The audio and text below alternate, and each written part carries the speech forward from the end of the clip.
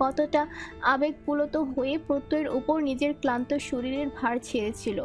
প্রত্যয়ের আন্তরিকতা মাখা হাসি, মাথায় বুলানো আদরে হাতের পরশ, রাতের আধারে একান্তে বৃষ্টি স্নান, সব কিছুই কি তাহলে মিথ্যে ছিল?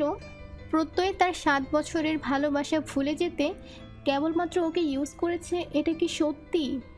তিন্নি নামক মেয়েটা কি সত্যিই বলেছে? অনু কি তবে শুধুই অন্য একজনের জায়গা পূরণ করে ইউজ হয়েছে মাত্র? ইউজ শব্দটা সে সকাল থেকে মাথার মধ্যে গেড়ে বসে আছে ওর। কিছুতেই শব্দটাকে সরানো যাচ্ছে না মাথা থেকে। ইউজ শব্দটা নিয়ে ভাবতে ভাবতেই অনুর মনে পড়ে যায় সকালের কথা। নিজের ব্যতিগ্রস্ত হৃদয়কে সামাল দিতে না পেরে সকালবেলা যা নয় তাই বলেছে অরুকে।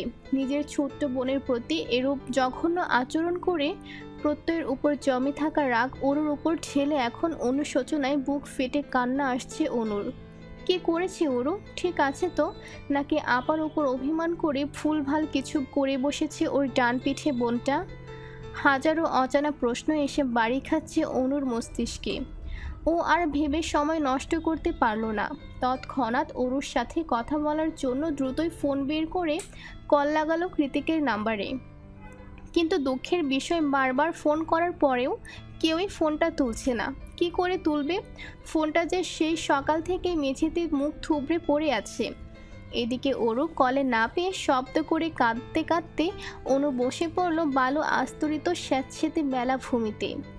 সন্ধ্যার রাতে রিসোর্টের সামনে বাইক থামিয়ে অরুর বাহু ধরে এক প্রকার টেনে বাইক থেকে নামলো কৃতিক। অরুর চোখ মুখ বিমর্ষ, ওর গালে 5 আঙুলের দাগ সুস্পষ্ট। মাথাটা নুয়ে রেখেছে সেই কখন থেকে। কৃতিক নিষ্প্রভ চোখে অরুর দিকে ধ্যানমগ্ন হয়ে চেয়ে আছে। ওর কাছে এই ফোলা ফোলা চোখের অরুকে বরাবরই সুন্দর লাগে। আজ মনে হচ্ছে আরও একটু বেশি সুন্দর লাগছে। অরুর পরনে ছিল সুতির ঘাগরা আর ওভারসাইজ টপসের উপর বাঞ্জারা কারুকাজের কোটি। লম্বা হাঁটুসম চুলগুলো ঢিলেঢালা করে হাত খোপা বাঁধা। এতক্ষণ ধরে হেলমেট পরে থাকায় খোপাটা মনে হচ্ছে আরও ঢিলে হয়ে গিয়েছে। এখনই খুলে পড়বে ভাব। দুধে আলতা রাঙা মুখটা কেঁদে কেটে লাল বর্ণ ধারণ করেছে। তবে সন্ধ্যা রাতের হ্যাজাকের আলোয় এই লাল লাল চেহারাময় বড়ই মায়াবী লাগছে তাকে। যে কেউ দেখে বলবে নতুন বিয়ের ছিরি জেগেছে মেয়ের মুখে। খানিকক্ষণ বাদে ওদের পেছন পেছন উবার থেকে নেমে এলো এলিসা, অর্ণব আর সায়রও। কারো মুখে টু শব্দ নেই ওদের। চারিদিকে পিন পতন নীরবতা। অরু চুপচাপ মাথা নুইয়ে দাঁড়িয়ে আছে সেই তখন থেকে। গলায় রজনীগন্ধা আর গোলাপ দিয়ে তৈরি তাজা ফুলের মালা, হাতেও একটা ঝুলানো। এটা বোধহয় কৃতিকেরটা। অরুর মলিন মুখটার দিকে তাকিয়ে এলিসা একটা দীর্ঘশ্বাস ছাড়ল। বন্ধুর বেলাতে বরাবরই ওরা স্বার্থপর হয়ে যায়, আজও তাই হয়েছে। তবে এখন অরুকে ভেতরে নিয়ে কিছু খাওয়ানো উচিত। মেয়েটা সারাদিন না খেয়ে আছে। তাই চারিদিকের নীরবতা ভেঙে এলিসা বলে ওঠে, তোরা কি সারা রাত এখানে দাঁড়িয়ে থাকার প্ল্যান করছিস? যদি তাই হয় তাহলে দাঁড়িয়ে থাক, আমি আর অরু ভেতরে গেলাম। ওরা সবাই এখনও নিশ্চুপ হয়ে দাঁড়িয়ে আছে। অ্যালিসা অরুকে সাথে নিয়ে ভেতরে যাওয়ার উদ্দেশ্যে পা বাড়ালে পেছন থেকে কৃতিক ডেকে ওঠে ওদের। এলিসা শোন। অ্যালিসা ঘুরে দাঁড়িয়ে জিজ্ঞাসা দৃষ্টিতে ওর পানে চাইল। কৃতিক একটা সাইন করা চেকের পাতা এলিসার দিকে এগিয়ে দিয়ে বললে, এটা অরুর দেনমোহরের টাকা, ওকে দিয়ে দিস। অ্যালিসা হ্যাঁ সূচক মাথা নাড়িয়ে চেকটা হাতে নিয়ে ভেতরে চলে যায়। ওদিকে কৃতিকের কাণ্ডে সায়র আর অর্ণব অবাকের চরম সীমানায় গিয়ে চোখাচোখি করে দুজনে একই সুরে বলে উঠল, পৃথিবীতে এটাই বোধহয় প্রথম বিরল ঘটনা যেখানে স্বামী তার বউকে মাঝ রাস্তায় দাঁড়িয়ে মোহরানা উসুল করে দিল। ওদের কথার ধ্যান নেই কৃতিকের। ও তো সেই কখন থেকে বাইকে হেলান দিয়ে দাঁড়িয়ে ওরু যাওয়ার পানে তাকিয়ে আছে। ওরু চলে গিয়েছে বহুক্ষণ আগে, তবুও তাকিয়ে আছে। অদূরে কোনো এক বাঙালি ক্যাফে থেকে তখনও কানে ভেসে আসছে বেসুরো দুটো লাইন। চারিদিক জনমানবশূন্য হয়ে আছে। বিস্তৃত তিমিরে ঢাকা কালো রাতের ইতি টেনে সবে সবে ফুলের আলো ফুটেছে ধরণীতে। সূর্য এখনও তার তেজস্ক্রিয়তা ছড়ায়নি পুরোপুরি। প্রকৃতিতে হিম ধরা শীতল পরিবেশ বিরাজমান। হাইওয়ে রাস্তায় অদূর থেকে ভেসে আসছে দু একখানা কাভার্ড ফ্যানের সাই সাই আওয়াজ। রাস্তার দুপাশে স্থির মূর্তি হয়ে দাঁড়িয়ে থাকা সারি সারি বৈদ্যুতিক খুঁটির মাথায় বসেছে জোড়ায় জোড়ায় বন্য পাখিদের ঝাঁক। একের পর এক বন্য পাখিদের চোখের আড়াল করে নিভু নিভু ভোরে ফাঁকা রাস্তার মাঝ দিয়ে আপন গতিতে এগিয়ে যাচ্ছে কৃতিকের 4 চাকা ব্ল্যাক মার্সিডিজ। গন্তব্য সান ফ্রান্সিসকো ছাড়িয়ে নিজের নির্জন ছোট্ট বাড়িটা। এখন অবশ্য শুধু নিজের বলা যায় না, যেহেতু ও একজনের সারা জীবনের দায়িত্ব নিয়েছে, সেহেতু কৃতিকের যা তা তো তারও বটে। এই হিমধরা ঠান্ডার মাঝেও গাড়ির জানালার গ্লাস খুলে তাতে 2 হাত রেখে তার উপর চিবুক ঠেকিয়ে ফুপিয়ে কাঁদছে অরু। যদিও কৃতিক কান্নাকাটি একদম পছন্দ করে না, কিন্তু তাতে আপাতত অরুর হেলদোল নেই। জীবনটাই যেখানে এলোমেলো করে ছেড়ে দিয়েছে, সেখানে পছন্দ অপছন্দ দিয়ে কি আসে যায় আর? কৃতিক কি ভাববে সেসব কথা মাথায় না ঢুকিয়ে এয়ারপোর্ট থেকে বেরিয়ে বাড়ির উদ্দেশ্যে গাড়িতে ওঠার পর থেকে কেঁদে ভাসাচ্ছে সে। মুখমণ্ডল জুড়ে তার আকাশসম দুঃখের ছড়াছড়ি। অরু প্যাসেঞ্জার সিটে বসা সত্ত্বেও পা দুটো তুলে রেখেছে সিটের ওপর। ও আরাম করে বসে আছে দেখি কৃতিকও বুঝে শুনেই গাড়ি ড্রাইভ করছে আপাতত, যাতে অরুর কোথাও না লাগে। অরুর বাঁধনহারা রেশমের মতো সিল্কি চুলগুলো ক্রমাগত উড়ে এসে আছড়ে পড়ছে কৃতিকের চোখে মুখে। মাঝে মধ্যে ড্রাইভ করতে অসুবিধা হচ্ছে খুব, তবু কৃতিক কোনো কিছুরই পরোয়া করছে না, কারণ ওর কাছে এই চুলের মিষ্টি গন্ধটা হৃদয় জড়িয়ে দেওয়ার মতোই প্রশান্তিদায়ক। দরকার পড়লে 1 ঘন্টা রাস্তা 2 ঘন্টায় অতিক্রম করবে, তবুও নিজের শরীর থেকে অরুর চুল সরাবে না। কিন্তু অরু তো সেই ভোর রাত থেকে বাইরে মুখ দিয়ে বসে আছে। বাইরের হিম ধরা পুরো ঠান্ডাটা ওর চোখে মুখে এসে হামলে পড়ছে। এরকম ঠান্ডার মধ্যে বাইরের মুখ দিয়ে আরও কিছুক্ষণ বসে থাকলে বাড়িতে যেতে যেতেই ওরও নিউমোনিয়া হয়ে যাবে নিশ্চিত। তাই কৃতিক এবার এক হাতে ড্রাইভ করতে করতে অন্য হাত দিয়ে জানালার কাঁচটা তুলে দিল। জানালার কাঁচ টেনে দেওয়াতে একটু পিছিয়ে বসেছে অরু, তবু কান্না থামায়নি। চোখ দিয়ে তার এখনও গঙ্গা যমুনা বয়ে যাচ্ছে। অরুকে এখনও কাঁদতে দেখে সামনে ফোকাস করে বিরক্ত ভঙ্গিতে কথা ছড়ে কৃতিক। আমার কাছে তুমি অন্যরকম, ভালোবাসি বেশি, প্রকাশ করি কম। কাঁদছিস কেন এভাবে? মেরেছি তোকে? কৃতিকের কথায় পেছনে অরু মৌনতা পালন করে, শুধু মনে মনে বলে, এর থেকে মারলে বেশি ভালো হতো। একটা প্রশ্নের উত্তর দিতে গিয়ে সে কখন থেকে চুপ হয়ে আছে অরু। আদৌ কি উত্তর দেবে বলে মনে হচ্ছে না। গতকাল থেকেই মুখে কুলুপ এঁটে বসে আছে মেয়েটা। কৃতিক জানে কাকে কিভাবে কথা বলাতে হয়, তাই ও খানিকটা কৌশলী পন্থায় অবলম্বন করলো। হুট করে মাঝ রাস্তায় গাড়ি ব্রেক কষলো। এভাবে গাড়ির ইঞ্জিন বন্ধ হয়ে যাওয়াতে অরু হকচকিয়ে বাইরে তাকিয়ে বলল, তো এসে গেছি। কথাটা বলে বাইরে তাকিয়ে যেয়ে দেখলো এটা তো মাঝ রাস্তা। তৎক্ষণাৎ ঘাড় ঘুরিয়ে কৃতিকের পানে প্রশ্নসূচক দৃষ্টি নিক্ষেপ করে অরু। ওর চাহনিতে পাত্তা না দিয়ে গাড়ি ড্রয়ার থেকে একটা রূপোর নুপুর বের করে সেটাকে চোখের সামনে ধরে কৃতিক শোধালো, এটা তোর? কৃতিকের প্রশ্নে অরু হ্যাঁ সূচক মাথা নাড়ায়। চাই এটা। এবারও অরু উপর নিচ মাথা নাড়িয়ে হ্যাঁ বলল। তাহলে গাড়ি থেকে নাম। কৃতিকের শেষবারের কথায় অরুর চোখ কপালে তুলে বলল, নামবো মানে? এই অচেনা রাস্তায় আপনি আমায় নামিয়ে দিয়ে যাবেন? ইডিয়েট। অস্ফুটে কথাটা বলে কৃতিক নিজেই গাড়ি থেকে নেমে গেল। অরু কৃতিকের যাওয়ার পানে চোখ রেখে বুঝলো এটা একটা পেট্রোল পাম্প। তার পাশে ছোটোখাটো একটা মাঠ, হয়তো প্রয়োজনীয় কিছু কিনতে গেছে সে। খানিকক্ষণ বাদে একটা মিনারেল ওয়াটারের বোতল হাতে নিয়ে ফিরে এলো কৃতিক। অতঃপর গাড়িতে বসে সেটা অরুর দিকে এগিয়ে দিয়ে বলল, বাইরে গিয়ে চোখ মুখ ধুয়ে আয়, তোকে পেতনির মতো দেখাচ্ছে। আমি রীতিমতো ভয় পাচ্ছি। কৃতিকের কথাটা অরুর মোটেই পছন্দ না হলেও এই মুহূর্তে চোখে মুখে আদতে একটু পানি ছিটানো প্রয়োজন। তাই গাইগই না করে লম্বা চুলগুলোকে এক হাত দিয়ে খোপা বেঁধে গাড়ি থেকে বেরিয়ে এলো অরু। চোখে মুখে ইচ্ছামতো পানির ঝাপটা দিয়ে নাক টেনে নিজেকে একটু স্বাভাবিক বানিয়ে পুনরায় গাড়িতে ফিরে এলো ও। অরু গাড়িতে বসতে ওর দিকে টিস্যু এগিয়ে দিল কৃতিক। অরু টিস্যু দিয়ে মুখ মুছতে মুছতে বলল, এবার তো দিন। নুপুরটা আমার ছোটবেলার স্মৃতি। নুপুরটা নিয়ে যাওয়া কি খুব দরকার? পরে নিলে হয় না? কৃতিকের কথায় ওর আচমকা দৃষ্টিপাত করলো ওর চোখের দিকে। মনে মনে বলল, আশ্চর্য, আমার নুপুর দিয়ে ওনার কাজটা কি? অরুর ভাবনার ছেদ ঘটিয়ে এক টানে ওর পা দুটো নিজের উরুর উপর তুলে নিল কৃতিক। এভাবে পা তুলে ফেলায় আকস্মাৎ পেছনে ঝুঁকে গেল অরু। পুরো গাড়ি জুড়ে তখনও পিন পতন নীরবতা বিরাজমান, যার দরুন অরুর তীব্র শ্বাস প্রশ্বাস আর হঠাৎ বেড়ে যাওয়া হৃদস্পন্দনের আওয়াজ স্পষ্ট শুনতে পাচ্ছে কৃতিক। অরুর এহেন পরিস্থিতিকে গ্রাহ্য না করে আলতো হাতে ওর পায়ে নুপুর পরানো শুরু করে সে। নিজ পায়ে কৃতিকের হাতের নরম স্পর্শ অনুভব হতেই ঠোঁট কামড়ে ফুঁপিয়ে কেঁদে উঠে অরু। নিজের এলোমেলো অজানা অনুভূতিতে বিরক্ত ও, যা সম্ভব নয় তাই সম্ভব করে ছেড়েছে কৃতিক। কিন্তু অরুকে কেন বলির পাঠা বানিয়ে এরকম একটা অস্বাভাবিক সম্পর্কে জড়ালো সে? কেন অরুর সাথে সাথে নিজের জীবনটাকেও অগ্রহণযোগ্য সম্পর্কের মাঝে ঠেলে দিল? কি চাইছে কৃতিক? এভাবে অরুর জীবনটা নষ্ট করে কোন ভুলের শোধ নিল সে? একটা দুটো নয়, অরুর মনে হাজারো দানা বাঁধা প্রশ্নের ছড়াছড়ি। কিন্তু কে দেবে এত প্রশ্নের উত্তর? কৃতিক তো উত্তর দেওয়ার মতো ছেলেই নয়, অরুর প্রশ্নের তো মোটেই নয়। অথচ এখন এই মুহূর্তে কি সুন্দর করে মনোযোগ দিয়ে অরুর পায়ে নুপুর পরাচ্ছে সে। দেখে মনে হচ্ছে এর চেয়ে প্রয়োজনীয় আর সূক্ষ্ম কাজ কোনোদিন করেনি কৃতিক। অরু তখন থেকে হিজিবিজি চিন্তায় বিভোর হয়ে আছে, চারিপাশে ওর খেয়াল নেই মোটেই। কৃতিক নিজের হাতের কাজটা শেষ করে এক পলক ভাবুক অরুর চোখের দিকে তাকালো, অতঃপর নিজের হাতের বাঁধনটা আরো শক্ত করে।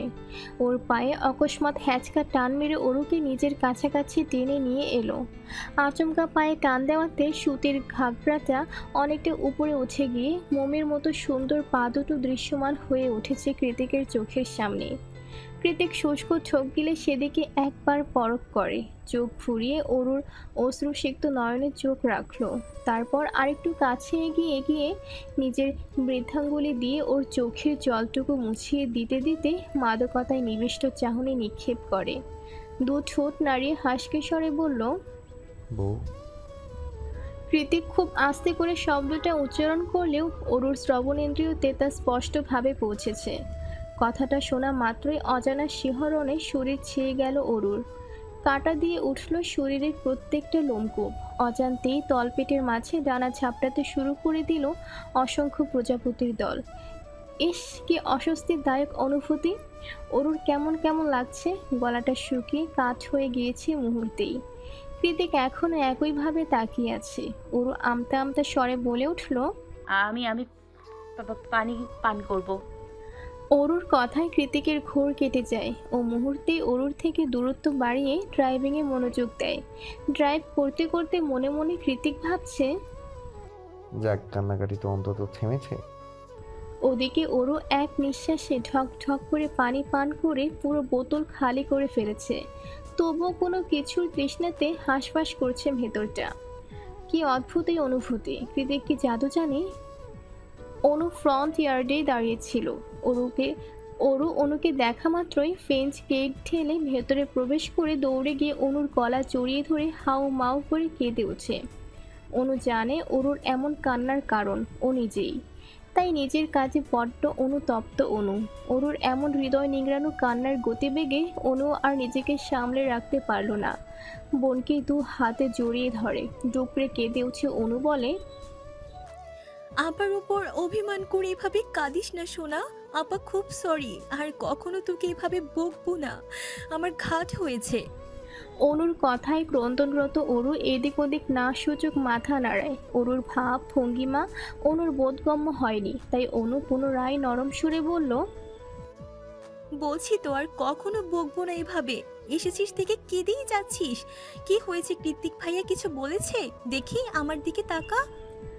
অরুর গাল দুটো আঁচলা করে ধরে, মুখোমুখি দাঁড় করিয়ে অনু আবারও শোধায়, কৃতিক ভাইয়া কিছু বলেছে? অনুর প্রশ্নে অরু পেছনে দৃষ্টি নিক্ষেপণ করে। তাকে দেখে কৃতিক নেই, হয়তো ভেতরে চলে গিয়েছে অনেক আগেই। তারপর পুনরায় অনুর দিকে তাকিয়ে না সূচক মাথা নাড়িয়ে নাক টেনে অরু বলে, কেউ কিছু বলেনি। অনু নিশ্চিত হয়ে অরুর দু চোখ মুছিয়ে দিতে দিতে বলল, মায়ের অপারেশন হয়ে গিয়েছে, এখন আইসিইউতে আছে। 2-1 দিন হয়তো চোখ খুলবে মা। তারপর আমরা মায়ের সাথে কথা বলতে পারবো। মাকে নিয়ে দেশে ফিরে যাব, আর দুঃখ নেই আমাদের। এত বড় একটা খুশির খবরেও কেন যেন খুশি হতে পারল না অরু। কি করে পারবে? গতকাল রাতেই নিজের সবটা সৎ ভাইয়ের নামে লিখে দিয়ে এসেছে। এসব কথা জানাজানি হলে মা আপা কেউই ওকে মেনে নেবে না, ভালোবাসবে না, উল্টে নোংরা বলে আখ্যায়িত করবে। এতগুলো দিন পরে একটুখানি খুশির মুখ দেখেছিল ওর পরিবারটা, অথচ ওরও সবার আড়ালে সেটা ধূলিসাৎ করে মাটিতে মিশে এসেছে। কৃতিক কেন করলো এমনটা? নিজের ভাবনার মাঝে ওরও তৎক্ষণাৎ মনে মনে ঠিক করে নিয়েছে কৃতিককে ও প্রশ্ন করবেই করবে, তাতে যা খারাপ হওয়ার হোক। তাছাড়া কৃতিক তো ওর সাথে খারাপ কোনো কিছু করার বাদ রাখেনি, তাহলে এত ভয় কিসের? অরুর অজ্ঞাত ভ্রমকে ভাঙিয়ে দিয়ে ফ্রেঞ্চ গেট ঠেলে আগমন ঘটে প্রত্যয়ের। প্রত্যয়কে দেখে অরু এক নজর অনুর মুখের দিকে তাকিয়ে দ্রুত হেঁটে বাসার ভেতর চলে যায়। অরু চলে গেলে অনু নিজেও পা বাড়ায় ভেতরে যাওয়ার উদ্দেশ্যে। এই মুহূর্তে প্রত্যয়ের সাথে কথা বলা তো দূরে থাক, ওর মুখটাও দেখতে ইচ্ছে করছে না অনুর। কিন্তু পেছনে ঘুরে কদম পা বাড়াতেই প্রত্যয় ওকে টেনে ব্যাকয়ার্ডে নিয়ে দেওয়ালের সাথে চেপে ধরে।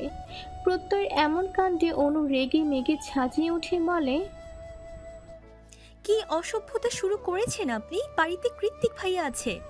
প্রত্যয় ওর মুখটা শক্ত হাতে চেপে ধরে বলল। শো, ওই জন্য তো বলছি হাসতে কথা বলো। অনু ওর হাতটা ঝটকা মেরে সরিয়ে দিয়ে বলল, কি চাই আপনার? আমাকে ইউজ করে স্বাদ মেটেনি নাকি তিন্নির সাথে আজ দেখা হয়নি তাই রিপ্লেসমেন্ট হিসেবে আমার কাছে এসেছেন? প্রত্যয় চটে আছে খুব, মেয়েটার তেজের সাথে কিছুতেই পেরে ওঠে না সে। কিন্তু এই মুহূর্তে অনুর ব্লেডের মতো ধারালো কথার আঘাত রক্তাক্ত হয়ে যাচ্ছে হৃদয়টা। সে সাথে মস্তিষ্ক হয়ে উঠেছে হিতাহিত জ্ঞান শূন্য। প্রত্যয় নিজেকে সামলাতে না রাখতে পেরে চড়াত করে তুঙ্গে উঠে যাওয়া মেজাজের বহিঃপ্রকাশ ঘটালো তৎক্ষণাৎ। অনুর হাত দুটো মাথার উপরে তুলে দেওয়ালের সাথে চেপে ধরে। ওর গলার কাছে মুখ দিয়ে দাঁতে দাঁত চেপে প্রত্যয় বলে, কথা না শুনলে জানে মেরে ফেলবো। গত 2 দিন ধরে কুকুরের মতো পিছনে পড়ে আছি, কিন্তু একটা এক্সপ্লেন করতে যাচ্ছি। একবারও সুযোগ দিয়েছো আমায়, এত তেজ কেন তোমার? প্রত্যয় এই প্রথমবার অনুকে তুমি করে অধিকার খাটিয়ে কথা বলল। প্রত্যয়ের মুখের তুমি আওয়াজটা যে এতটা সুমধুর তা অজানাই ছিল অনুর। প্রত্যয়ের মুখে তুমি শুনে হতবাক হয়ে ওর চশমার আড়ালে ধূসর চোখ জোড়ার দিকে বিনা বাক্যে তাকিয়ে আছে অনু। একটুখানি থেমে প্রত্যয় পুনরায় কঠিন সুরে বলল, আর কি যেন বললে? ইউজ ইউজ করা কাকে বলে সেটা কি আদৌ বোঝো তুমি, নাকি বুঝি যাকে তাকে গিয়ে এসে বলো? অনু এবারও পুরোপুরি নিশ্চুপ ও ধ্যানমগ্ন হয়ে চেয়ে আছে প্রত্যয়ের চোখে। অনুকে তখন থেকে এভাবে অবাক নয়নে চেয়ে থাকতে দেখে রাগে আওয়াজটা মুহূর্তেই নিচু হয়ে গেল প্রত্যয়ের। চোখ দুটোতে হিংস্রতার জ্বলন্ত অঙ্গার দপ করে নিভে গিয়ে তাতে জড়ো হলো এক রাস মুগ্ধতা। এলোমেলো অনুভূতিগুলো উথাল পাতাল ঢেউ তুলে আছড়ে পড়ছে মনের তটে।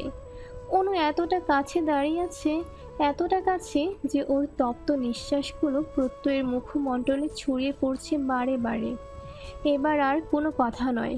অনু নিষ্প্রভ চোখে এক পলক চোখ রেখে প্রত্যয় নিজের খের হারিয়ে ফেলল। মুহূর্তেই নিজের ওষ্ঠাগত করে নিল অনুর তীর তীর করে কাঁপতে থাকা অধর যুগল। অনুর ঠোঁটের ছোঁয়ায় হঠাৎ করে যেন উন্মাদনা ছড়িয়ে পড়ল প্রত্যয়ের শরীরে রন্ধ্রে রন্ধ্রে। অনুর দিক থেকে কোনোরূপ বাধা না আসাতে পরম আবেশে চোখ দুটো বন্ধ হয়ে গেল আপনা আপনি। এদিকে প্রত্যয়ের নরম ঠোঁটের স্পর্শে অনুর জান যায় যায় অবস্থা। খানিকক্ষণ চোখ বন্ধ রেখে স্থির হয়ে দাঁড়িয়ে থাকলেও পরক্ষণে 2 হাত দিয়ে প্রত্যয়কে ঠেলে সরিয়ে দিয়ে তড়িৎ গতিতে মুখ ঘুরিয়ে অন্যদিকে তাকালো অনু। অনুর ধাক্কায় প্রত্যয় নিজের সম্বিত ফিরে পায়। নিজের কর্মকাণ্ডের জন্য লজ্জিত হয়ে নরম সুরে বলল, আম সরি, আসলে। অনু ওকে মাঝপথে থামিয়ে দিয়ে না ঘুরে জবাব দিল, সরি বলতে হবে না, আপনি যান এখন। আমি তোমার সাথে কথা বলতে চাই অনু, একান্তই। আবার কি একটুখানি সময় দেওয়া যায় না? অনু এবার ঘুরে দাঁড়িয়ে প্রত্যয়ের মুখোমুখি হয়ে শোধালো, প্রত্যয় সাহেব, আপনি শুধু আমার, তাই তো? প্রত্যয় সেদিনের মতোই কণ্ঠ দৃঢ়তা টেনে বলল, 100%। আগামীকাল বিকেলে সি বিচে অপেক্ষা করব। অনুর এইটুকু আশকারা পেয়ে প্রত্যয় যেন চাঁদ হাতে পেয়েছে। খুশির ঝিলিক ফুটে উঠেছে ওর চোখে মুখে। প্রত্যয়কে এভাবে নিঃশব্দে ঠোঁট কামড়ে হাসতে দেখে অনুর ভেতরে যেতে যেতে ঘাড় ঘুরিয়ে আবারও পেছনে তাকিয়ে বলল, আর হ্যাঁ, বাবুলটি আনতে ভুলবেন না যেন। প্রত্যয়ের নরম হাসি এতক্ষণে পুরো ঠোঁট জুড়ে প্রসারিত হলো। ও পেছন থেকে হাঁক পেরে বলল, যথাজ্ঞা মহারানী। মাঝরাতে ফেরি লাইটের নিভু নিভু আলো আর সুইমিং পুলের নীলচে পানির কলকলানি মিলেমিশে পুরো ছাদ